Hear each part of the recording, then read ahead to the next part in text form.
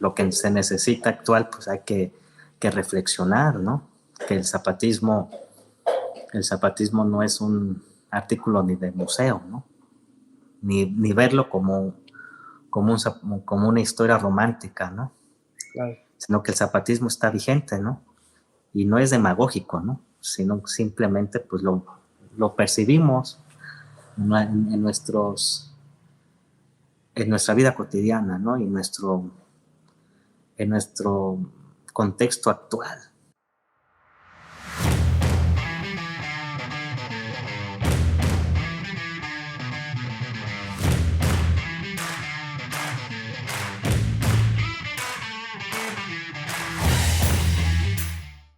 La siguiente es una conversación con Edgar Castro Zapata, destacado historiador y divulgador de la memoria zapatista. Hablamos sobre su experiencia personal como bisnieto del general Emiliano Zapata y de cómo su abuelo, Mateo Zapata, le inculcó el gusto por la historia. También hablamos de su trabajo al frente de la Fundación Zapata y los Herederos de la Revolución y de su más reciente libro, Emiliano Zapata, Testimonios de la Revolución del Sur. Espero que esta conversación sea de su interés. Edgar, buenas tardes y muchas gracias por venir al podcast. Bienvenido y un gusto tenerte aquí para platicar contigo. Muchas gracias, Irving, por la invitación. Pues estamos a la orden. Muchas gracias. Pues platicábamos hace rato que tiene un buen tiempo que no nos vemos personalmente, pero bueno, yo te he seguido tu trabajo, siempre estás muy activo por todos los proyectos en los que estás involucrado, y ahora pues este nuevo libro que estás promocionando, del que vamos a hablar un poquito más adelante, Emiliano Zapata, Testimonios de la Revolución del Sur. Pero si me dejas, a mí me gustaría empezar a conversar sobre tu historia personal, porque hay que explicarle a la gente que no tenga esta información, que tú eres bisnieto del coronel Emiliano Zapata. Corrígeme si estoy equivocado, ¿no? Pero la línea de parentesco tiene que ver con que el coronel tuvo 3 hijos. O sea, el general tuvo 3 hijos, y el más pequeño de sus hijos fue Mateo Zapata, que en realidad se llama Mateo Emiliano Zapata. Y Mateo Zapata es tu abuelo, o fue tu abuelo, ¿no? Mi abuelo materno. Tú has contado en otras entrevistas que tu abuelo, Mateo Zapata, fue una persona que te influyó mucho, una persona con la que tú creciste al grado de considerarlo como un padre. Entonces, pues me gustaría que empezar la conversación, que nos compartieras cómo ha sido para ti esta vivencia personal de tener una herencia histórica tan grande, tan cercana, como de ser bisnieto de Emiliano Zapata y haber tenido esa relación con tu abuelo. No, pues muchas gracias nuevamente por la invitación aquí a tu podcast. Y bueno, creo que va aunado al libro de que es Emiliano Zapata, Testimonios de la Revolución del Sur. Creo que ahí dejo dicho en el libro, en la introducción, en la presentación y en la conclusión, pues la convivencia que tuve durante más de 26 años con mi abuelo Mateo, y creo que fue más bien él, yo lo veía más bien como mi abuelo, pero era una persona que podía yo ver la revolución armada y también la revolución institucionalizada, que prácticamente le tocó vivir a él, ¿no? Pues él nació en 1917, en el año de la promulgación de la Constitución, ¿no? Que actualmente lo rige. Y pues él le tocó ver cómo la transformación de su padre, de la Tilia del Sur al padre del agrarismo, el caudillo del sur. Entonces, esa relación fue para mí muy, muy impactante cuando era yo niño y joven, y creo que él me influyó mucho en animarme cuando era yo un niño en las lecturas de libros clásicos, ¿no? Que no era tan tan normal que un niño de secundaria leyera un Sotelo Inclán, el Raíz y Razón de Zapata, o el clásico de John Woman, ¿no? Emiliano Zapata y la Revolución, ¿no? Pero creo que estas dos lecturas que me tocó leer, y también a Gildardo Magaña, ¿no? Sus 5 tomos, ¿no? Creo que me permitió ver, descubrir, ¿no? De la figura de Zapata, pero lo que me llamaba más la atención es cómo el hijo menor de Zapata veía a su padre, ¿no? Y creo que fue impactante, como lo dejo ver en el libro, el hecho de su muerte, del general Zapata, ¿no? Creo que ahí no solamente marcó un episodio importante de nuestra historia, ¿no? Que fue la Revolución, no solamente marcó un desenlace de una época tan violenta de México del principio del siglo XX, ¿no? Sino que también le marcó al hijo más pequeño, a Mateo, ¿no? Y creo que eso es lo que más me llamó la atención en descubrir la historia negada, ¿no? La historia que nomás se cuentan en anécdotas. Y creo que eso es lo que me llamó mucho la atención en descubrir quién era Emiliano Zapata Salazar a través de su hijo Mateo Zapata, ¿no? Que, pues déjame decirte que él no lo conoció, prácticamente 2 años tenía cuando lo asesinó en Chinameca, pero él fue reconstruyendo por la historia oral, ¿no? Por lo que contaban los compañeros sobrevivientes zapatistas, ¿no? Entonces, fue curioso, ¿no? Que él construyó su propia imagen de su padre, y en este libro que presentamos también yo reconstruyo esa imagen a través de los testimonios que me compartió, pero también en los pueblos. A ti te consta que en los ejidos aquí de Morelos también se evoca mucho a la figura y anécdotas de Zapata, ¿no? Pero creo que es importante rescatar la memoria para las nuevas generaciones. Yo creo que eso es lo que ofrezco en mis actividades de apartarnos un poco de la imagen institucionalizada y adentrarnos qué es lo que decían los pueblos de Morelos, ¿no? ¿Quién fue Zapata? El por qué trasciende, ¿no?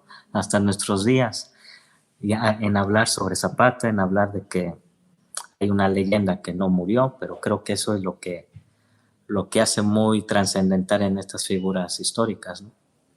Claro.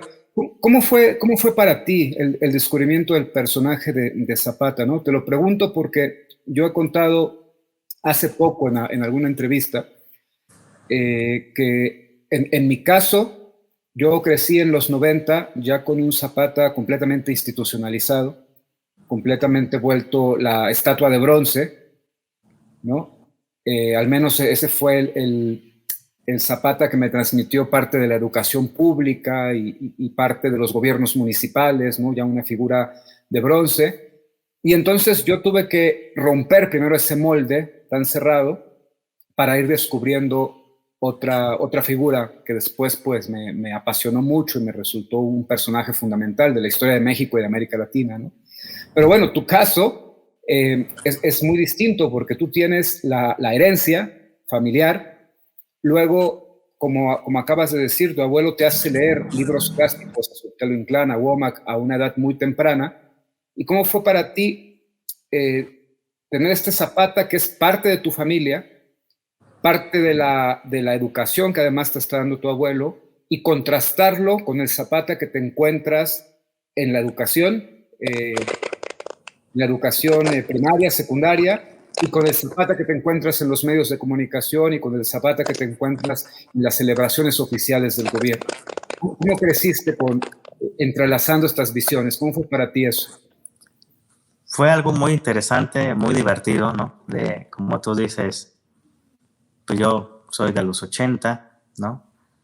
Crecí entre homenajes, porque lo acompañaba a mi abuela a todos los homenajes habidos y por haber, y con personajes políticos, ¿no? De la época, que actualmente son incómodos ahorita decirlos.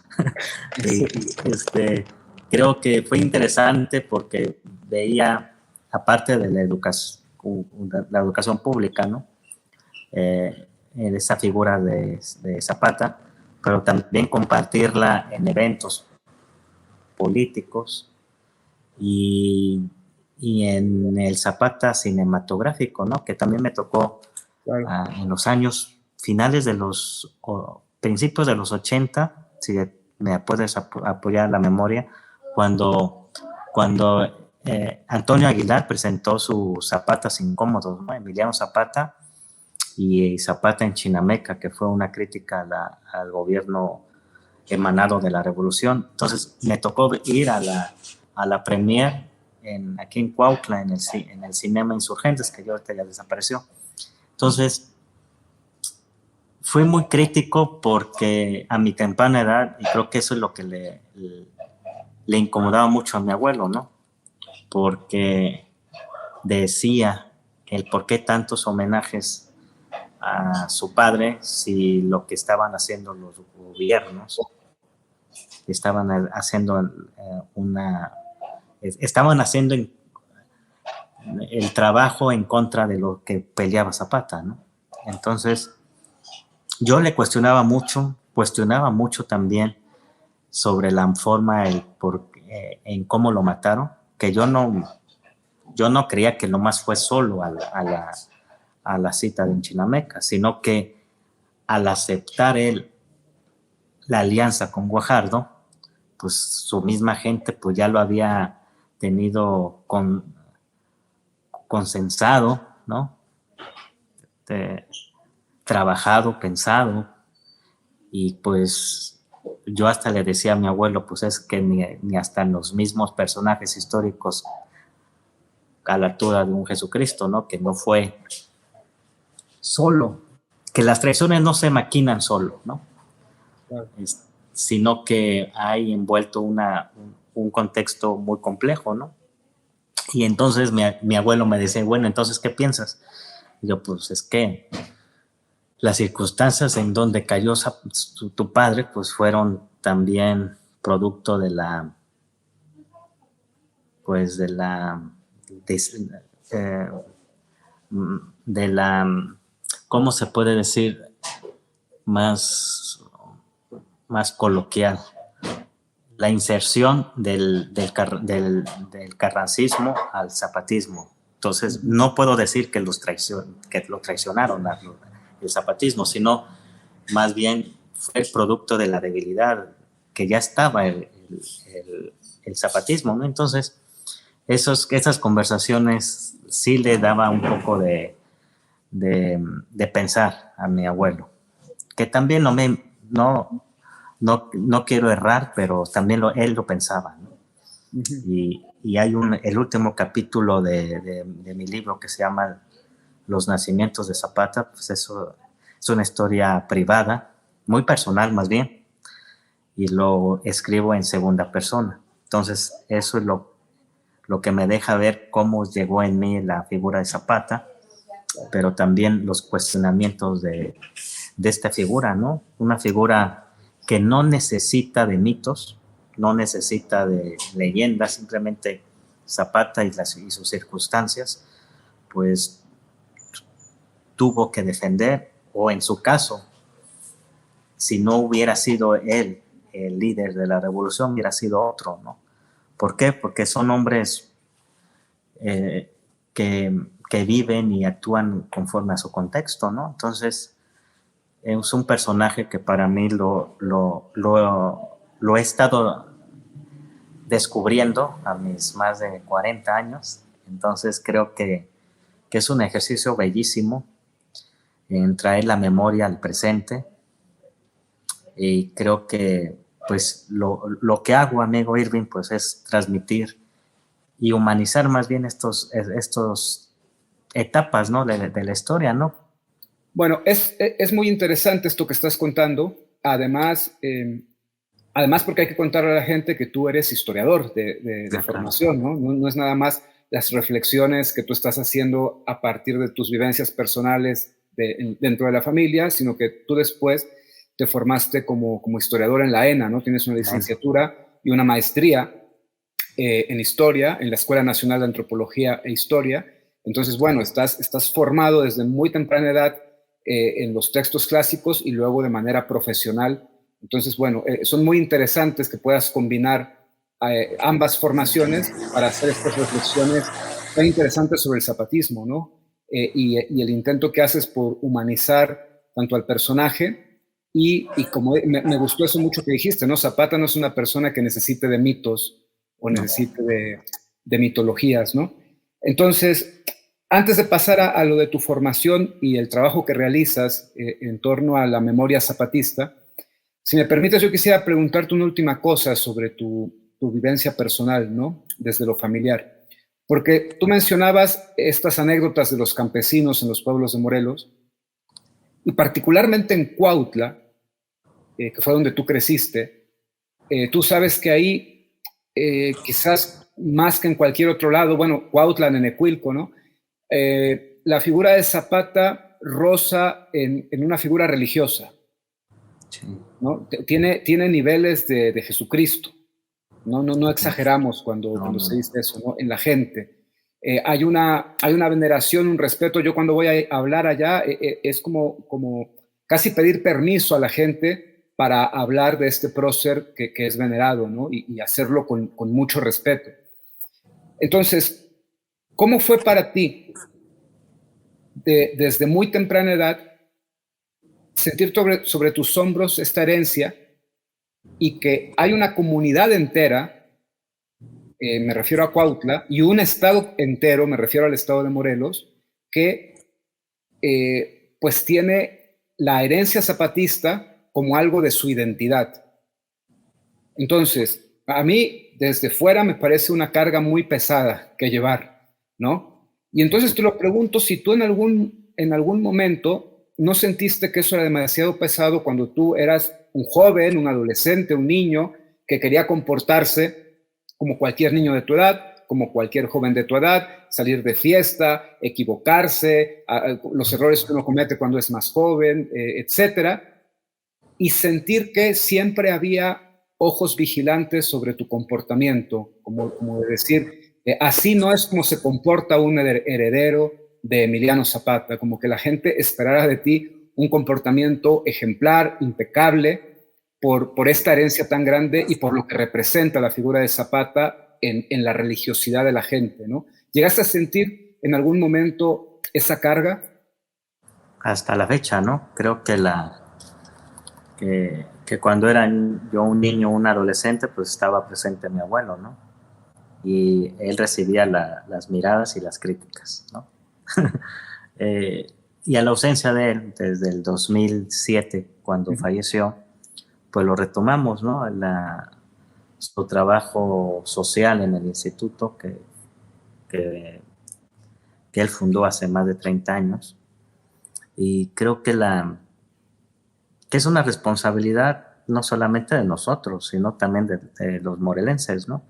Porque es un patrimonio, ¿no? Un legado de los pueblos de surianos, ¿no? Uh-huh.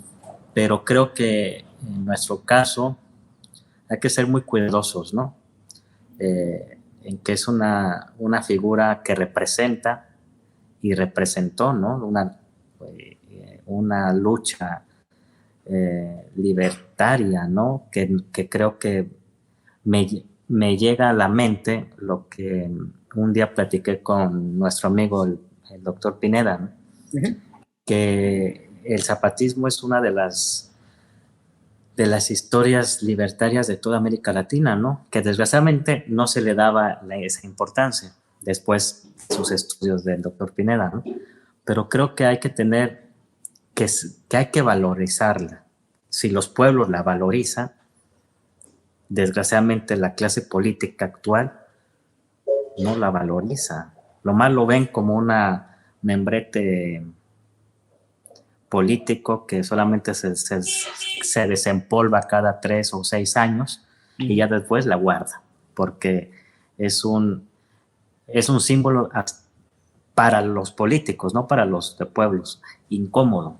Entonces uno representa una historia incómoda para la clase política, ¿no? Pero creo que la hemos hecho un poco combinar, como tú habías dicho, amigo Irving, entre el parentesco, pero también lo histórico, y ha sido una reflexión de vida, porque tengo 40 años, ya en este año cumplo 42 años y he aprendido mucho, y he también tenido errores, ¿no?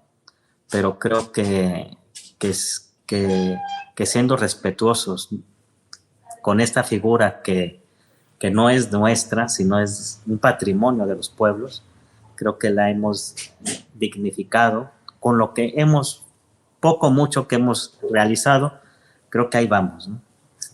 Claro. ¿En qué momento tú decides que quieres estudiar historia? Te lo pregunto porque hay muchos miembros de la familia Zapata, en sentido extenso me refiero a la familia Zapata, que han hecho crónica, han hecho recopilación de documentos, promueven la historia a través de documentales, es decir, siempre los vemos muy activos en el rescate de la memoria zapatista.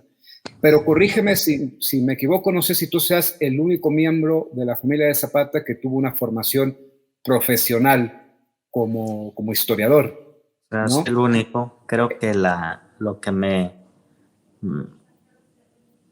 un hecho que me marcó mucho fue la muerte de mi abuelo. Uh-huh. Y como mi abuelo era el que encabezaba una paraestatal del gobierno del estado,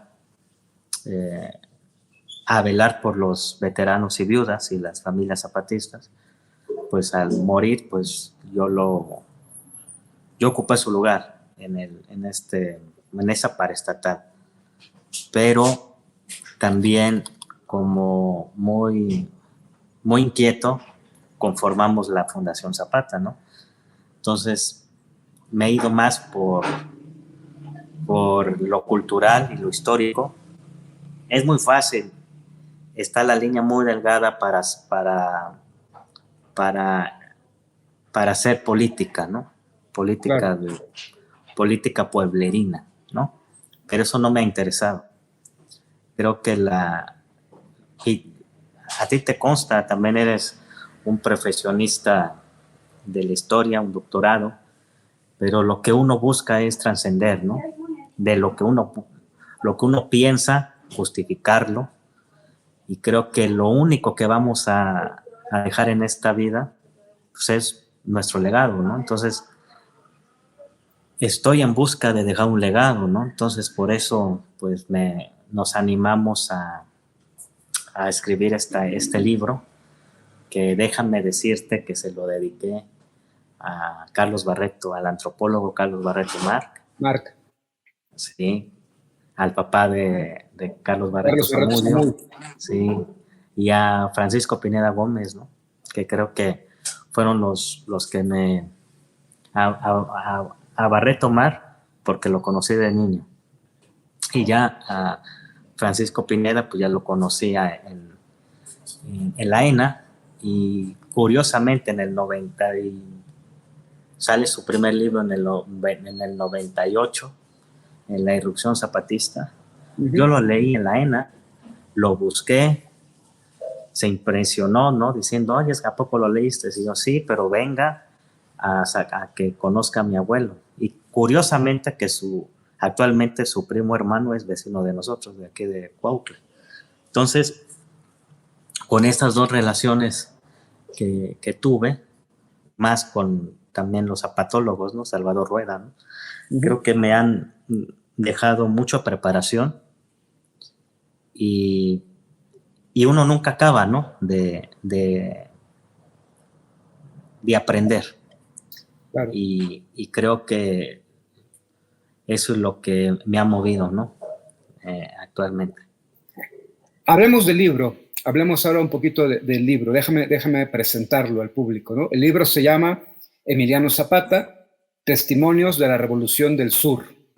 Está editado por Ediciones Delirio y la Benemérita Universidad Autónoma de Puebla. Acaba de salir este año, ¿no? Tú estás en plena difusión, has ido a un montón de lados a presentarlo.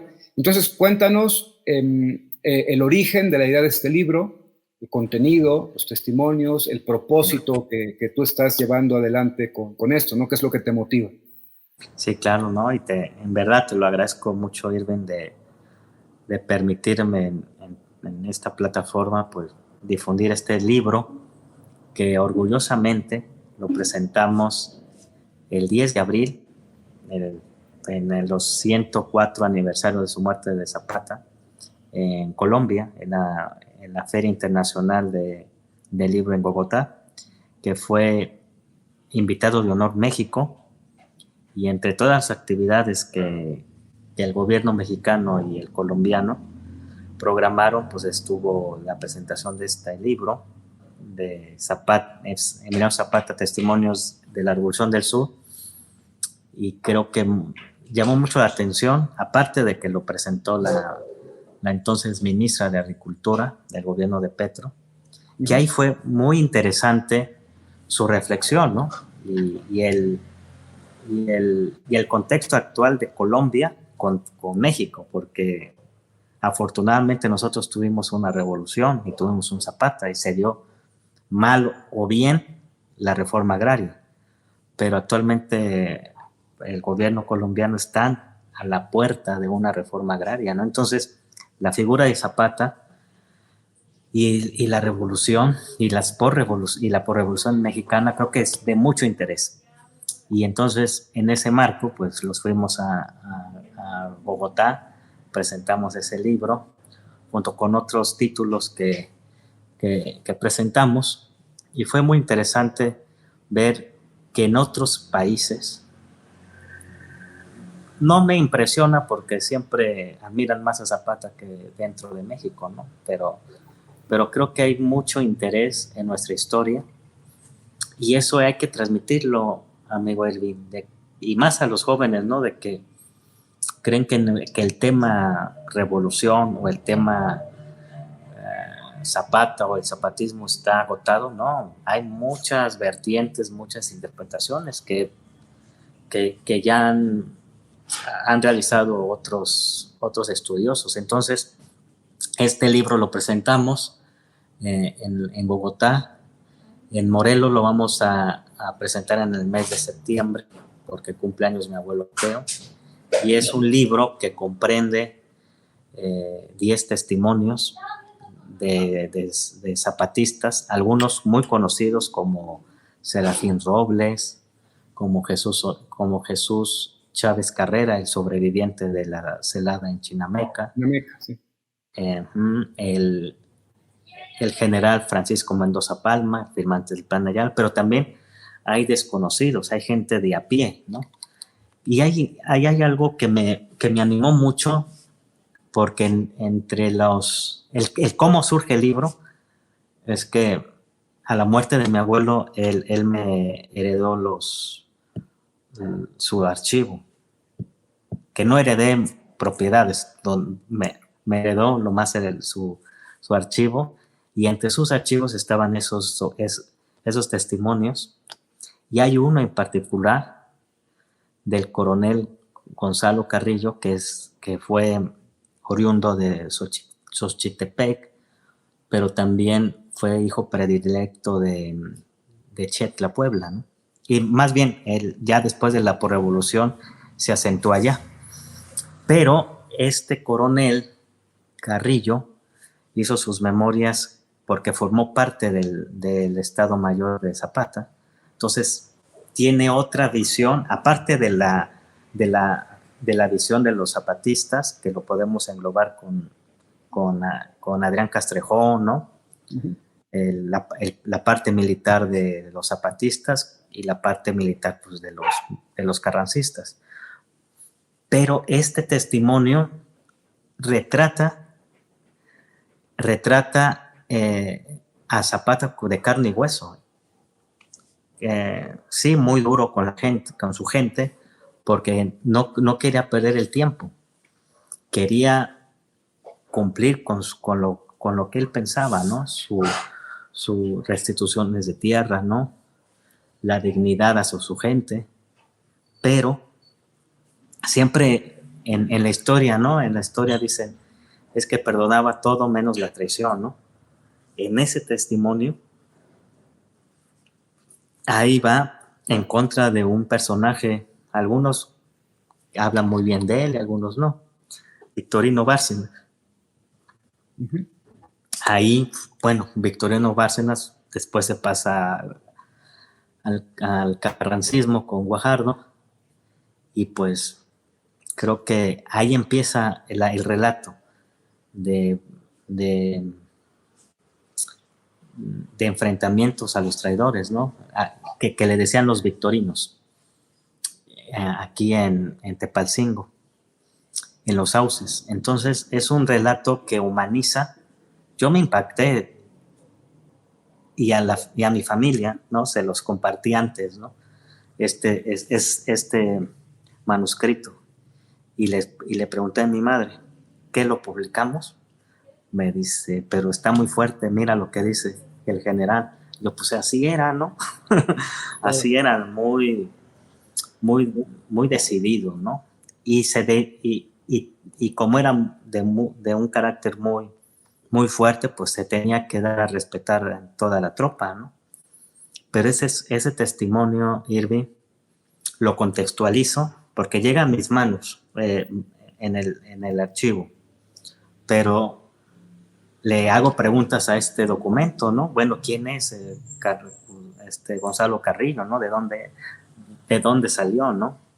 Hay que contextualizar el documento, ¿no? Entonces me di a la tarea de localizar a los familiares, que ya no están en Morelos, están en Puebla. Entonces, como ese tipo de testimonios, se acerca uno cuál fue lo más certero a lo que ocurrió en Chinameca, porque tanto tú y tanto yo o los que los están escuchando, siempre tenemos esta leyenda de que Zapata no era su compadre Jesús Delgado, ¿no? Entonces, al tener este testimonio, dices, es que Guajardo no se estaba tan decidido en ejecutar a Zapata, ¿no? Entonces, no cabe el pensamiento de que se iba a equivocar Guajardo, ¿no? Entonces, como ese testimonio que para mí me impactó, lo pensé 2 veces para publicarlo en el libro, porque son temas que uno crece en la memoria colectiva sobre qué es lo que pasó antes y después de la muerte de Zapata, como en el caso cuando recordarás en los testimonios cuando se encuentran por primera vez Guajardo y Zapata en la estación Pastor y que le regala el haz de oros, ¿no? En este testimonio, ¿no? En ese testimonio no era el haz de oros el caballo predilecto de Guajardo a Zapata, ¿no? Era otro caballo más bellísimo, ¿no? Pero ahí Zapata dice es que lo rechaza porque estaba errado con las iniciales de su compadre. Y ahí dice el nombre, ¿no? Del compadre. Entonces Guajardo se sorprende porque reconoció al caballo de su compadre, ¿no? Entonces lo rechaza Zapata, dice no. Entonces la segunda opción fue el famoso haz de oros, ¿no? Entonces, pues sabía su debilidad, Guajardo, ¿no? La debilidad del general, pues es amante de los caballos, ¿no? Entonces, como estos tipos de detalles enriquecen esta mosaico tan enorme como es el zapatismo, ¿no? Entonces, creo que el aporte de este libro es que complementa la memoria colectiva del movimiento zapatista, ¿no? Y eso surge porque también yo me lo preguntaba, bueno, también sabemos que Zapata era muy, muy desconfiado, pero el por qué fue a Chinameca. Entonces, el mismo relato del coronel Guajardo, perdón, del coronel Gonzalo Carrillo, te dice es que Zapata, pues, estaba emocionado porque iba a tener armamento, ¿no? Y estaba festejando, estaba de fiesta, ¿no? Entonces, en su interior, él nunca se imaginó que iba a ser traicionado aquel 10 de abril de 1919. Claro, presentas una figura más humana con sus debilidades, con sus pasiones, que ayuda a explicar por qué le encontraron el modo que cayó. O sea, es decir, por qué fue posible traicionarlo, porque al fin y al cabo, por mucho talento que tenga un líder político, somos seres humanos y siempre habrá estas debilidades por donde se puede llegar, ¿no? Estos puntos débiles. Yo te quería preguntar, estos 10 testimonios que nos presentas en el libro,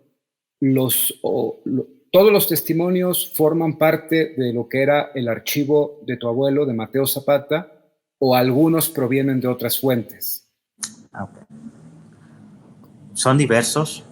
Por ejemplo, me apoyé en los archivos de la palabra que lo conformó grandes, entonces jóvenes, pero ahorita ya son unas referencias en el estudio del zapatismo, con los testimonios zapatistas de Salvador Rueda, Laura Espejel, ¿no?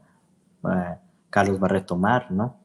Y eso tuve que echar mano de los testimonios orales de Lina para complementar la historia de, por ejemplo, de Jesús Chávez Carrera, ¿no? El poblano de Piatla, que fue el sobreviviente en Chinameca, que se ha tejido muchas mitos sobre lo que pasó, ¿no? Pero rescatando la memoria de Jesús Chávez Carrera, sabemos el qué pasó después. Con el testimonio de Gonzalo Carrillo, sabemos qué pasó con el 10 de abril. Con el testimonio de Jesús Chávez, sabemos qué pasó después del 10 de abril, ¿no? Entonces, el general Chávez es el que recupera el As de Oros, lo cura, afortunadamente sobrevive el As de Oros, y creo que es una de los personajes desconocidos y desvalorizados, ¿no? Y como Jesús Chávez Carrera, pues fueron de los pocos sobrevivientes zapatistas que se negaron a deponer las armas. Sabemos que después de la muerte de Zapata hubo la riña entre los líderes regionales, te puedo decir, Genovevo de la O, Francisco Mendoza, el sobrino de Zapata, Maurilio Mejía, y peleándose sobre el liderazgo sobre el movimiento zapatista. Y este personaje, Jesús Chávez Carrera, es uno de los que firma el reconocimiento de Gildardo Magaña como jefe supremo del Ejército Libertador del Sur. Y activo en la revolución, generador de partidos políticos contrarios al abuelito del PRI, ¿no? Entonces, son personajes que por medio de ellos podemos reconstruir la historia regional, ¿no? Que para mí los expongo, les doy el contexto, complemento con el contexto histórico, más también las referencias historiográficas, que si les interesa a los lectores saber más sobre este personaje o hay mucho interés sobre las mujeres de Zapata, entonces ahí dejo ver también referencias sobre tanto hemerográficas y testimoniales sobre la vida personal de Zapata, ¿no? Que también, si nos dedicamos a hablar sobre la vida privada, pues no acabaríamos, ¿no? Sí. Pero lo acoté con estos 10 testimonios que comprenden desde su niñez, que lo complementé con los libros clásicos de mi niñez, ¿no? Sotelo Inclán, Raíces y Razón, el clásico Woman, y obviamente pues no nos podemos desprender los que nos gusta la historia zapatista con el aporte del doctor Pineda, ¿no? Entonces, con estos 10 testimonios comprende desde el nacimiento de Zapata, la revolución, la muerte, la posrevolución, y bueno, y el contexto actual del zapatismo, que es sobre la continua lucha de los pueblos surianos, ¿no? Que yo lo caracterizo, este episodio, con el trabajo de mi abuelo, ¿no? Generador en los años 70 de los movimientos campesinos independientes, ¿no? Que para esa fecha era una sentencia de muerte, ¿no? Estar fuera del PRI. ¿No? Estar en contra del sistema, te dabas ahí como sí, claro. algo muy difícil políticamente, ¿no? Entonces, esto es lo que estamos presentando, y ha tenido aceptación, pero siempre sale lo de que no murió, que era... Es muy fuerte, en verdad, el mito, ¿no? ¿Tú qué postura tienes sobre eso? Digo, a la gente le debe de interesar mucho, ¿no? Tu opinión. ¿Tú qué postura tienes en ese debate sobre la muerte o no muerte de Zapata en Chinameca? Se lo preguntaba yo a mi abuelo, porque también yo crecí con eso, ¿no? Yo hasta pensaba de que mi abuelo había vivido engañado, ¿no? Y se lo dije en su debido tiempo, ¿no? Y me dice, ¿y por qué me lo dices? No, pero no murió, me dice. Es lógico, si no hubiera muerto, mi padre me hubiera venido a ver a mí y a mis demás hermanos, ¿no? Y bueno, pues te hace, en su lógica está bien, ¿no? Pero el por qué lo dicen, ¿no?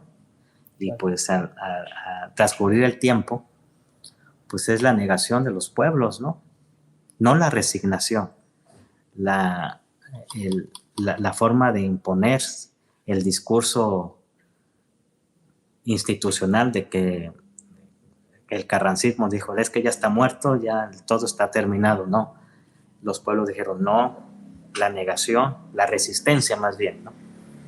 Yo creo que, y eso está presente, ¿no? Que para mí me apasiona esto, y hay un libro muy importante sobre esto, lo que estamos hablando, del doctor Samuel Brom, de la carrera póstuma de Emiliano Zapata, ¿no? Cómo se fue transformando, y hasta dice la conclusión el doctor Brom, y ganó el Zapata intransigente, ¿no? Porque es como que se lo querían apropiar durante más de 70 años, pero el Zapata intransigente pues todavía sigue más vivo que nunca, ¿no? Claro, y la fuerza simbólica de la consigna Zapata vive, la lucha sigue, ¿no? Sí. Está muy conectado con esto que estamos hablando. Este no es el único libro que tú has hecho sobre Zapata, tienes varios, pero dirías que este es el más personal, en el que te juegas tú más emociones, más empeño, por el tema de tu abuelo, además, porque entiendo que hay testimonios de tu abuelo también en este libro. Ah, claro. Pues yo creo que lo puedo definir como un preámbulo de lo que va a venir de la biografía política de mi abuelo, ¿no? Estás trabajando en la biografía de tu abuelo. Sí, no es porque sea mi abuelo, pero como lo había dicho, para mí era un puente entre la etapa armada, la revolución armada y la revolución institucionalizada, ¿no? Y lo que me he dado cuenta de su vida, de que desde sus primeros años, que también lo dejo ver en el libro, que hasta los presidentes, ¿qué te gusta? Obregón, Calles, firmaban decretos ante la Secretaría de Educación Pública para que el niño Mateos estudiara, ¿no? Y bueno, era lógico que lo iban a cooptar como con la gran familia revolucionaria, ¿no? Pero a la larga fue el más crítico de todos, ¿no?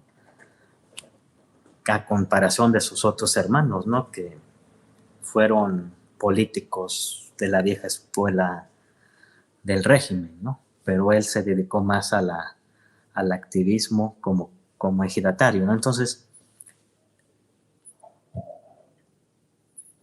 es un preámbulo muy difícil porque el testimonio lo abre su testimonio de mi abuelo.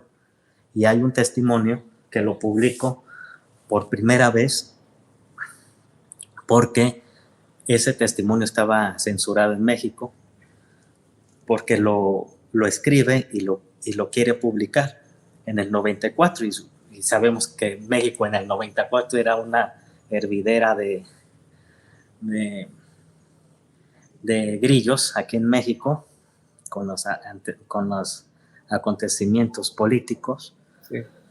Pues tú sabrás con lo que ocurrió con Colosio, ¿no? Lo que surgió en Chiapas, el surgimiento del EZ. Entonces, hace una reflexión él, pero lo cancelan en México y se publica en Europa, en Francia. Entonces lo publico, le doy el contexto de quién fue Mateo Zapata y dejo que el testimonio hable por sí mismo. Y bueno, es un testimonio fuerte que, a pesar que fue escrito en febrero del 94, está vigente. Y tanto que lo leyó, se lo mandamos a Dr. Womack, y porque él me hace la presentación. Y sí, dice, está muy fuerte. Y yo, pues, lo que se necesita actual, pues hay que reflexionar, ¿no? Que el zapatismo no es un artículo ni de museo, ¿no? Ni verlo como una historia romántica, ¿no? Claro. Sino que el zapatismo está vigente, ¿no? Y no es demagógico, ¿no? Sino simplemente pues lo percibimos en nuestra vida cotidiana, ¿no? Y en nuestro contexto actual. Y lo que vamos a vivir el próximo año, creo que va a estar muy interesante, ¿no? Entonces, eso es lo que aporto, lo que dice el libro, y creo que no está dicho todo. Yo he recibido ahí diciendo, oye, es como que te fuiste un poco más como ventaneando a mi familia de Mateo, pero pues se tiene que decir, ¿no? Si uno no lo dice, quién sabe si la vida no la tenemos comprada. Entonces, pues hubo la oportunidad de Ediciones Delirio y la UAP y la alcaldía de Iztapalapa y la fundación, pues yo creo que hay que y tenemos este compromiso como historiadores, ¿no? Si tenemos la herramienta, pues hay que ofrecerla. Habrá unos que no les guste, algunos que sí les guste y se complemente, pero creo que pues ya está, el hijo ya está. Y entonces hemos tenido ahí varios debates, más con lo que te digo, que no murió Zapata. Y yo, pues, efectivamente sí murió, pero pues el ideal y lo que él y lo que él representaba, pues no se ha muerto, ¿no? Claro, y como dices, yo creo que es un libro que viene en un momento muy importante, por lo que está viviendo el país, y todos los debates en torno a la izquierda y lo que se ha convertido en la izquierda o en lo que se tiene que convertir, un montón de cosas, ¿no? Llega en una coyuntura política de mucha reflexión y donde la figura de Zapata se resiste a seguir siendo incorporada a los discursos oficiales, ¿no? Y se resiste y sigue diciendo, es el Zapata de los pueblos, es el Zapata de las luchas sociales, ¿no? Entonces, también creo, por lo que estamos hablando, que va a aportar mucho a la investigación profesional. Creo que los historiadores vamos a agradecer mucho un libro con testimonios así de detallados como lo que estás contando, pero que al mismo tiempo es un libro que puede leer la gente no especialista. No, claro. Y que va a encontrar cosas muy ligadas a su historia y cosas de la vida cotidiana y cosas de los pueblos que lo va a hacer conectar, ¿no? Es decir, no es un libro de cubículo. No. Es un libro para la calle, que además le puede servir a los historiadores de cubículo, ¿no? Sí. Ahí trato también el por qué surge, fíjate. ¿Por qué surgió el mito de que no murió, no? Y hay, al mes, en mayo del 19, ya tenía un mes que habían asesinado al general, hay un manifiesto del mismo Pablo González, que era jefe militar de aquí de Morelos, ¿no? Y él da la pauta, ¿no? Porque ya había escuchado después del 10 de abril, ¿no? Un mes, ¿no? De que Zapata revivió, y entonces había unas encabezados en los periódicos en mayo del 19, en la prensa. Zapata revive, ¿no?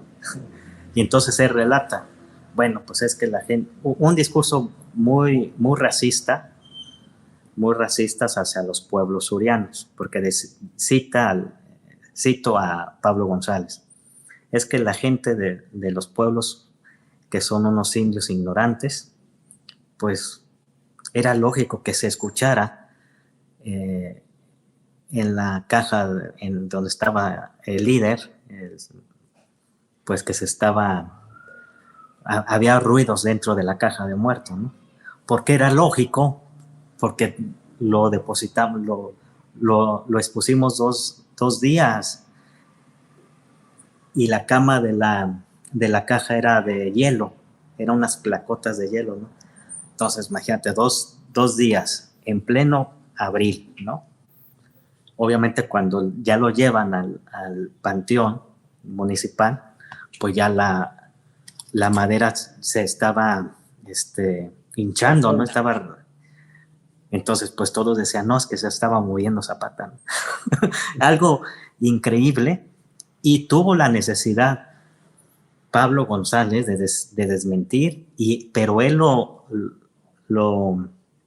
describe. Es que no era tanto los químicos que le pusimos, también le pusimos sus placas su cama de hielo, pero pues era inevitable la descomposición. Entonces, pues eso es lo que produjo ese entendimiento en los indios ignorantes, pues de que este cabecilla se había levantado entre los muertos, ¿no? Entonces, tuvo la necesidad, imagínate, a un mes de haberlo asesinado, estaba surgiendo este mito, ¿no? Que ha perdurado durante muchos años, ¿no? Entonces, como ese tipo de datos enriquece los testimonios del sur, ¿no? Sí, no, claro, por supuesto que enriquece, ¿no? Y yo creo que va a ser muy bien recibido por la gente, y lo esperamos para cuando haya una presentación en la Universidad de Morelos. Yo te voy a invitar. Supongo que estará alguna programada. Yo te quería preguntar, como conectando ya la labor que inició, por político-social que inició tu abuelo, Mateo Zapata, cuando fundó, me imagino que en los 70, habrá sido en los 60, el Instituto Pro Veteranos de la Revolución del Sur, que acabas de contar. Cuando él muere, tú entras a dirigirla, te haces cargo, ¿no? Pero también tú estás a cargo de la Fundación Zapata y Herederos de la Revolución, que yo entiendo que es un organismo distinto, aunque pueden trabajar en paralelo, pero es un organismo distinto. Entonces me gustaría que le contaras a la audiencia esta otra faceta tuya, ¿no? Ya hablamos de lo personal, hablamos de tu faceta de historiador, pero ahora esta faceta más de gestión, vamos a llamarla, ¿no? Que tú realizas al frente de estos dos organismos, ¿no? Organismos, el Instituto Pro Veteranos de la Revolución del Sur y la Fundación Zapata y Herederos de la Revolución. ¿Qué propósitos persigue? ¿Qué actividades han realizado? Cuéntanos un poco eso, por favor. Claro, con mucho gusto. Bueno, el instituto es una paraestatal del gobierno de Morelos, que fue fundado en el gobierno del gobernador Lauro Ortega. Okay. Y mi abuelo entra, antes eran los directivos de este instituto eran zapatistas, era el coronel Porfirio Palacios, autor de un libro también clásico, ¿no? Del zapatismo, y él entra en el 1985, 84, 85, hasta su muerte en el 2007 que fallece y deja el trabajo que realizó a favor de los veteranos y viudas zapatistas. Él, por medio del instituto, ve la manera posible que los gobiernos de Morelos y también los gobiernos federales tenían la posibilidad, las familias de veterano o viuda, en su caso, en tener un apoyo económico. Algunas veces se le otorgaba, dependiendo la sensibilidad de los gobiernos, ¿no? Y eso era el trabajo de mi abuelo, la gestión ante estos gobiernos, algunos sensibles, algunos muy insensibles. Y eso era su trabajo, la recopilación de sus historias.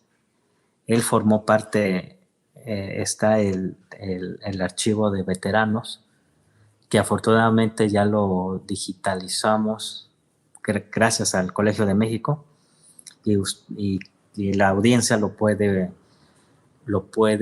consultar gratuitamente en la página zapatavive.colmex.mx.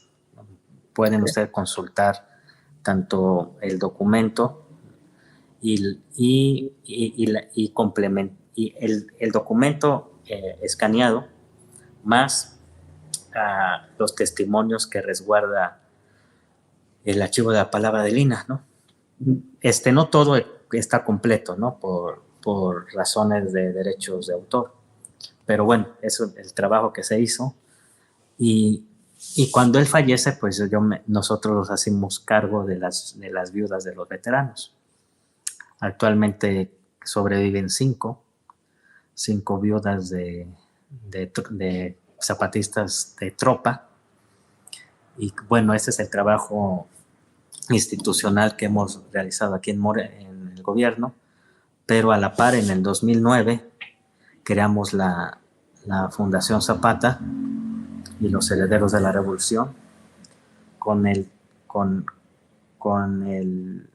objetivo principal, que no quería yo retomar, si ya había yo retomado que en el aspecto institucional algo de mi abuelo, no quería yo retomar su organización campesina, ¿no? Porque pues uno debe de tener su propia personalidad, ¿no? Y su propia esencia.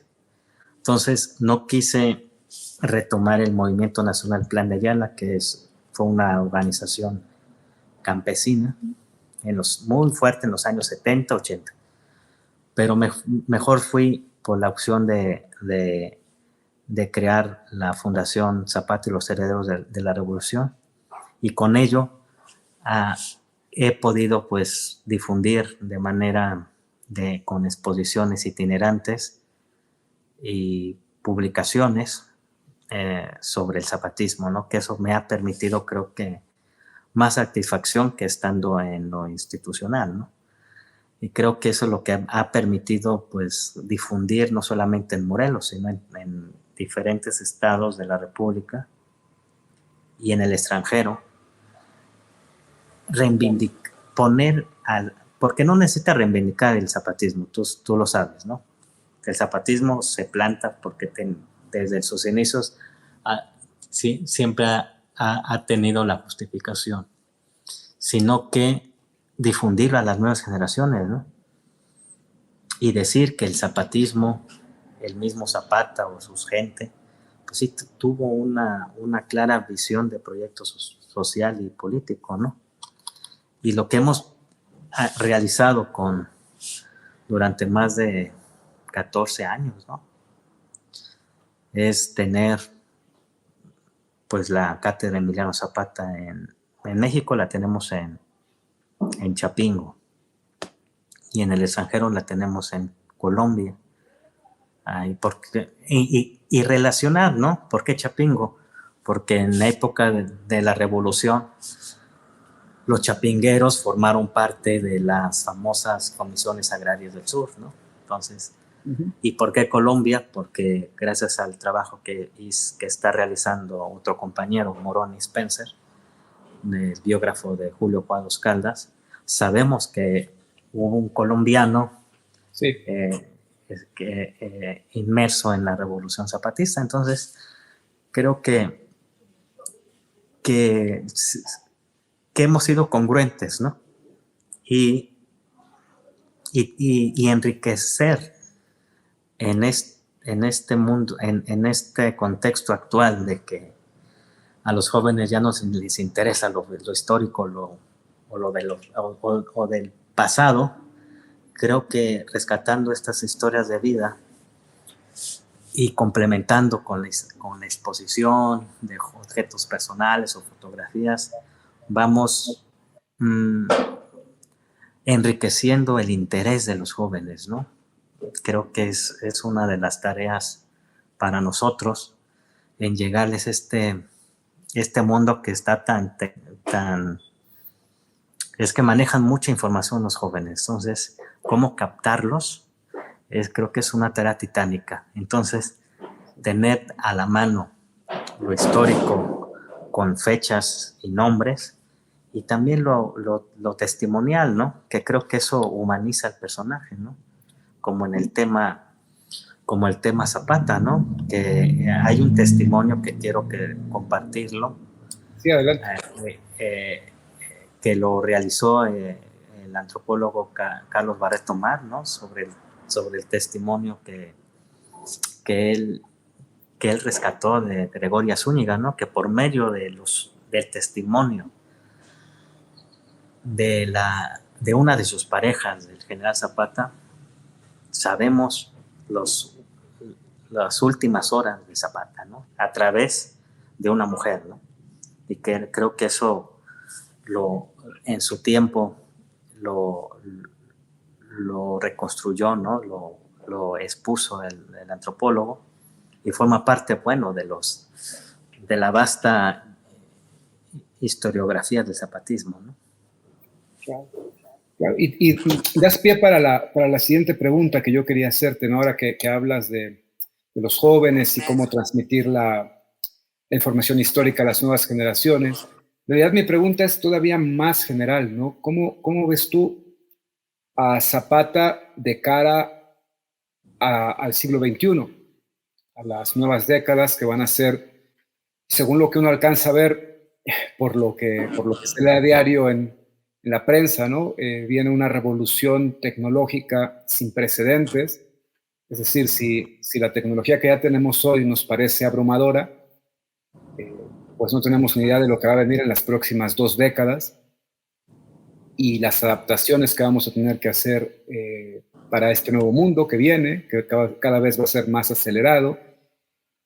Y en ese contexto, pues hay muchas disparidades, ¿no?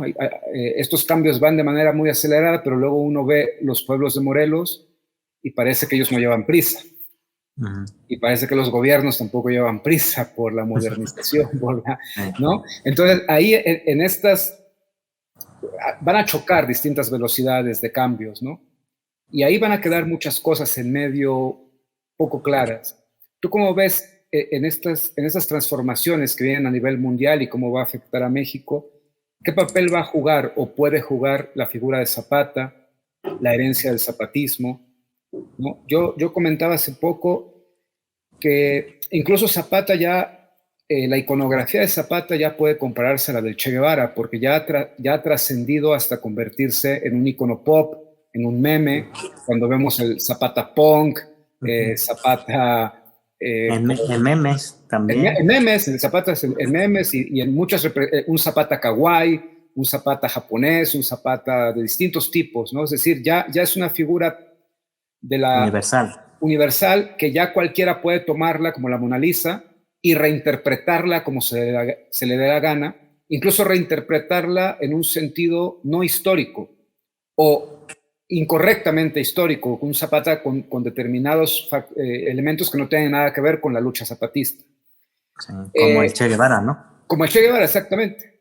Eso no tengo claro si es bueno o malo, simplemente es, así se transforman los íconos que son íconos universales. Pero tú qué piensas, que estás en el corazón del trabajo de la memoria zapatista, ¿qué es lo que tiene que aportar esta memoria al mundo actual y al mundo que viene, ¿no? Que todavía nos va a tocar vivir? No, pues hay mucha tarea entre los historiadores, ¿no? Creo que ya con los jóvenes, bueno, yo te digo que mis sobrinas, tengo sobrinas, son expertas para las cosas electrónicas. A nosotros todavía nos tuvimos ese relevo, ¿no? Generacional. Pero creo que lo que es la tarea nuestra es reinventarnos, ¿no? Que hay que llegarles por medio de las herramientas que utilizan los jóvenes, por ejemplo, las redes sociales, los celulares, insertarnos nosotros como historiadores y tener esas mismas herramientas para llegar a la nueva generación. Quiero compartir que ya no para el próximo mes vamos a dar a conocer por medio de la fundación el diplomado virtual sobre el zapatismo. Okay. Y eso va aunado pues a ir hacia los jóvenes, ¿no? Porque como bien lo dices, ha tenido una transformación una transformación la figura de Zapata como la del Che Guevara, ¿no? Porque ya lo puedes ver, por ejemplo, me han hablado de que es Turquía, en Arabia, con las camisetas, ¿no? Que no saben quién es, pero pues es muy, muy atractivo la imagen, ¿no? Pero creo que lo que no quiero de lo que no quiero es que sea convertido como el Che Guevara, de que lo aporten y no saben quién es, ¿no? Pero creo que esa es la tarea que vamos a hacer nosotros, ¿no? Con la fundación, con los trabajos también a la par con ustedes, de bombardear la historia de Zapata hacia donde los jóvenes estén, ¿no? Yo creo que hay mucho que hacer y eso es apasionante, ¿no? En cómo se está dando la coyuntura actual, que dirán que Zapata ya son pensamientos del pasado, pero sí, lo principal que vio es el resguardo de los recursos naturales. ¿A poco eso es pasado, no? Ahorita estamos viviendo los tiempos muy, muy acelerados y con mucho calor. ¿Por qué? Por el calentamiento global. Ya no hay mucha vegetación y desgraciadamente en Morelos o en Cuautla ya se está escaseando el agua y antes era Cuautla un paraíso, ¿no? Entonces, lo que ha pasado es que no hemos valorizado los recursos naturales, ¿no? Y el zapatismo estaba en eso, ¿no? Algunos pensarán, Zapata estaba construyendo su mapa mítico, ¿no? Estaba preservando su vida, ¿no? No la de él, sino la de los pueblos, ¿no? Algunos como lo definieron, estaba construyendo su mapa mítico. Pero no, estaba defendiendo sus recursos, ¿no? Entonces, por ello, como cierro en el comentario final del libro, que el zapatismo no es cosa ni del presente, ni del pasado, ni del presente, sino del futuro. Muy bien, me parece muy, muy interesante reflexión. Pues Edgar, para ir cerrando la conversación, ¿no? Y te agradezco por el tiempo que te has, No, gracias a ti. que te has tomado. Cuéntanos un poco, ya lo anunciaste, pero me gustaría que abundaras sobre tus proyectos futuros, porque, a ver, yo te iba a preguntar si en algún momento a ti te iba a picar el gusanito de la política, pero de la política, ¿no? De presentarte en algún momento a algún cargo de elección popular, que tienes toda la capacidad para hacerlo y que sería legítimo también porque son tus derechos políticos. Pero tú dijiste al inicio de la entrevista que ese no ha sido tu camino, ¿no? Y bueno, al menos has contado dos proyectos muy ya próximos, que es la biografía de tu abuelo Mateo Zapata. Me parece muy, muy interesante tener una biografía de este personaje. Y el diplomado virtual de estudios zapatismos, o ahora nos dirás cómo lleva el título, ¿no? Entonces, cuéntanos, por favor, si te va a picar en algún momento, tú calculas el gusanito de la política y de los proyectos actuales que desempeñas en la Fundación Zapata y a título personal también. Muy buena pregunta. Creo que no, como ciudadano, pues tengo esos derechos, ¿no? Que no lo niego, pero creo que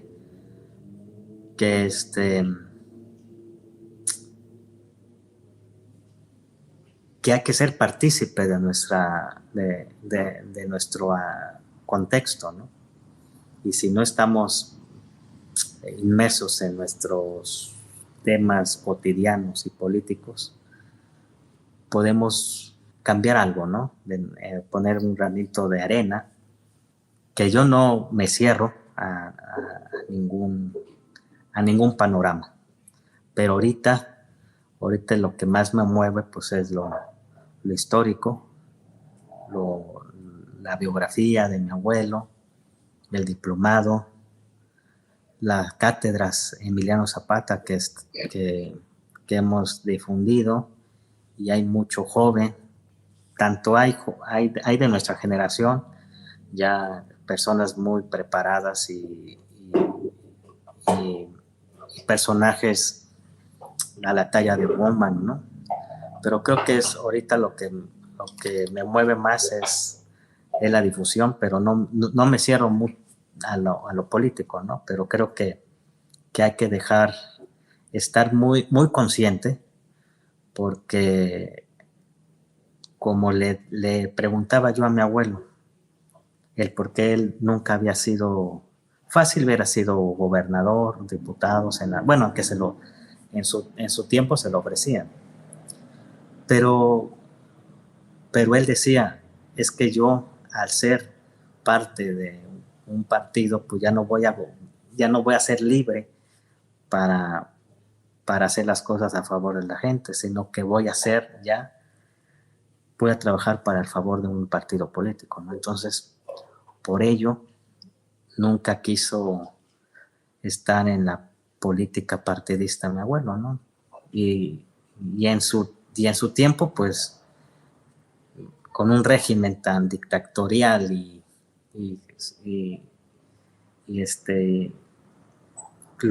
lo que fue durante más de 30 años, fue muy difícil, ¿no? Ahorita los tiempos se parecen. Eh, creo que hubo un cambio, ¿no?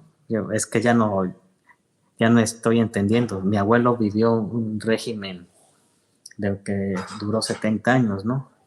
Y ahorita lo estamos viendo el nacimiento de otro régimen, ¿no? Pero diciendo otros colores, pero el mismo discurso, ¿no? Todo para el pobre, a favor del campo, a favor de la inseguridad.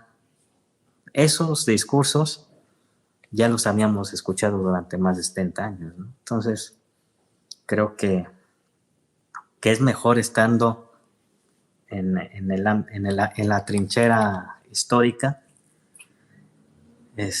pero no lo cierro, ¿eh? Puede que haya algo, ¿no? Yo no lo sé. Además es una actitud muy, muy zapatista desconfiar de la silla, ¿no? Ándale. Zapata no se sintió muy cómodo cuando tuvieron que sentarse en la silla en Palacio, ¿no? Entonces, bueno, hasta eso tiene mucha coherencia con la actitud. Edgar, muchas gracias. ¿Alguna reflexión final que quieras agregar en torno al libro y a esta plática que hemos tenido, por favor?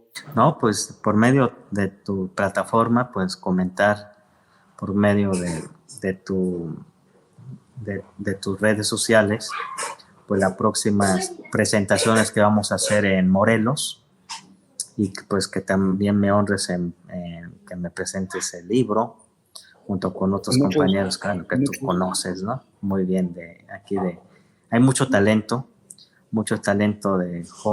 bueno, ya nosotros los jóvenes, pero hay más jóvenes, ¿no? Que tienen otra visión muy fresca, muy crítica del zapatismo y lo que representa. Y creo que ahí es donde vamos a